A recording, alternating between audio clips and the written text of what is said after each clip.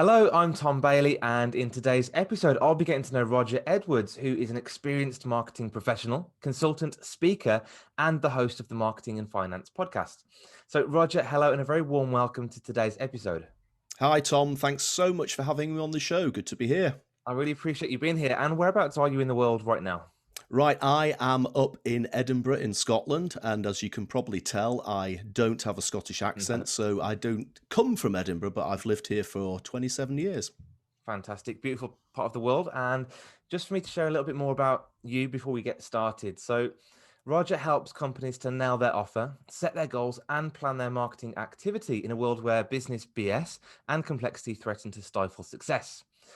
After working in the corporate world, he now uses his experience to guide his clients in designing engaging marketing campaigns. The title for today's episode is How to Do Marketing Simply, and Roger is going to show us how to do that in just 7 minutes. So, no pressure today. The question number one is, who are your ideal clients? Tom, I mainly work with small, medium-sized businesses, probably more towards the small end. Mhm. And I'm looking for companies where they probably don't either have a dedicated marketing resource, or if they do have a marketing resource, it's perhaps somebody who's just doing it because somebody has to. So Yeah. it might be a marketing person who hasn't got a marketing qualification or is just learning as they're working. Mhm. And I try to come in and give them some help to support those individuals. Perfect. So let's think of this individual or solopreneur or whoever it is running the marketing. What's typically the biggest challenge that they face? Well, most businesses obviously need to stand out in order to attract customers. Mhm. And we live in a world today with all this digital technology that we've got access to, marketing platforms, social media. So, in some ways, it feels quite easy to get yourself out there and be recognized. But the reality is, everybody's doing it. Yeah. And you can get lost in a sea of mediocre advertising and content.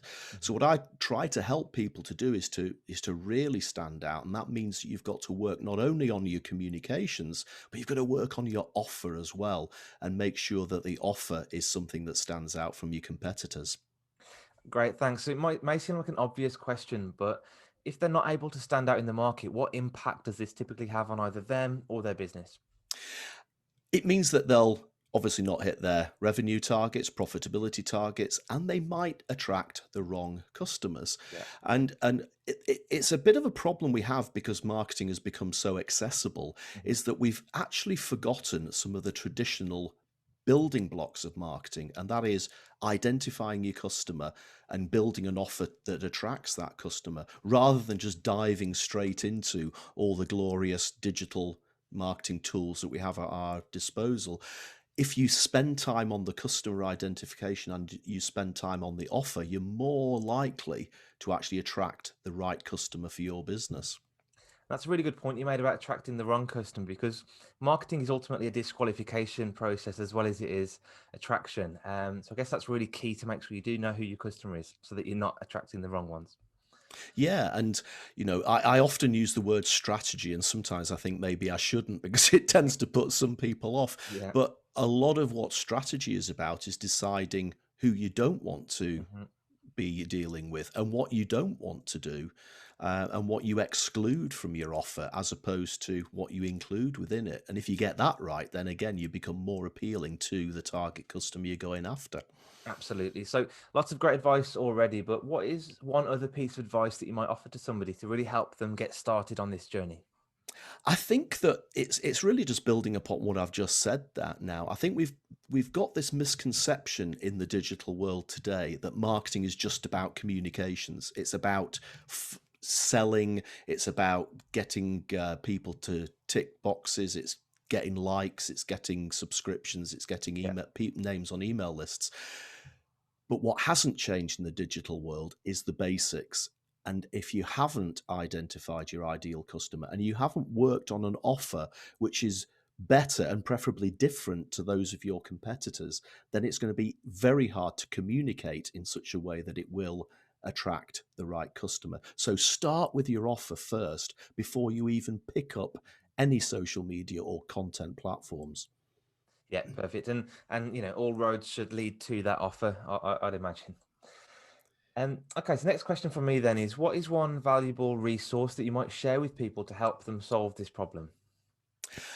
I think that you actually ask for an app, and it's quite difficult to identify an app that will allow people to focus in on their particular target market. So I would actually just encourage people to go and read a marketing book, maybe by something that sounds like a little bit boring, by an established marketing person, maybe an older guy like me, Yeah, or an academic. Now it can get a little bit complicated, but quite a lot of what we read now today, especially from some very well established American marketers, and I'm not disputing their expertise, but they do what I said before and focus entirely on the communications element. yeah. Go out there and read something or find a course that helps you to focus in on identifying the customer and nailing your offer.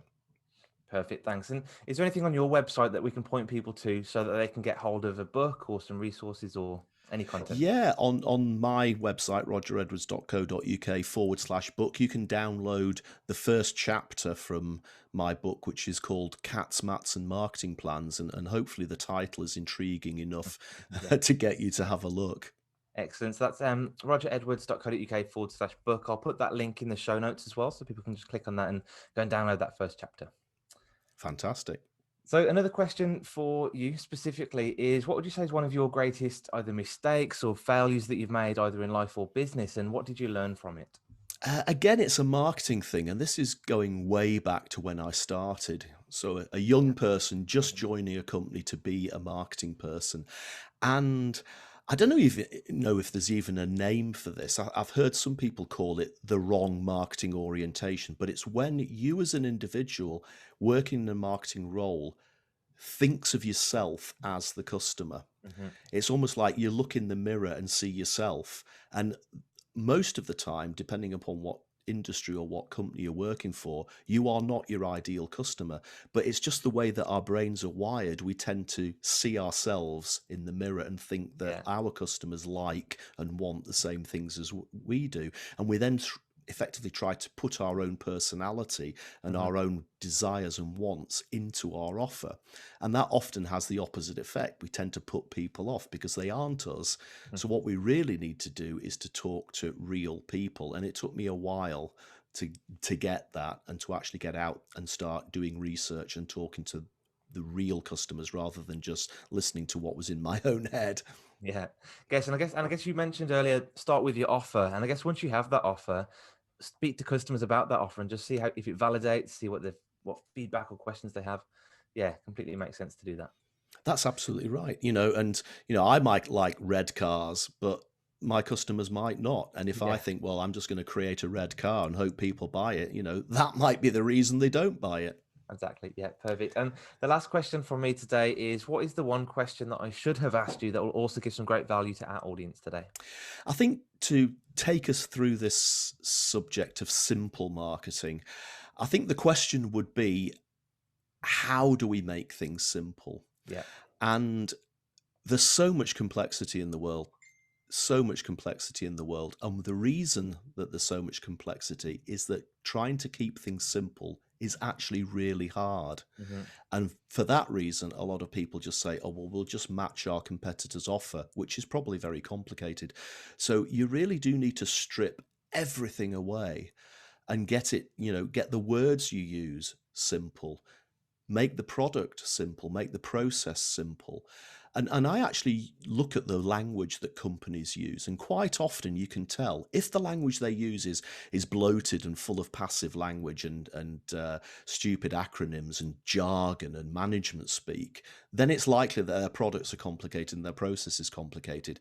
If they talk in simple, chatty language, then it's likely that everything else would be simple as well. So my advice would be start with the words, keep them simple, and hopefully that will flow through to the rest of what you do. Perfect. Great piece of advice to end on. Thank you so much again for your time today, Roger. I really appreciate you coming along and sharing your expertise. Thanks very much. Good to see you. Thanks.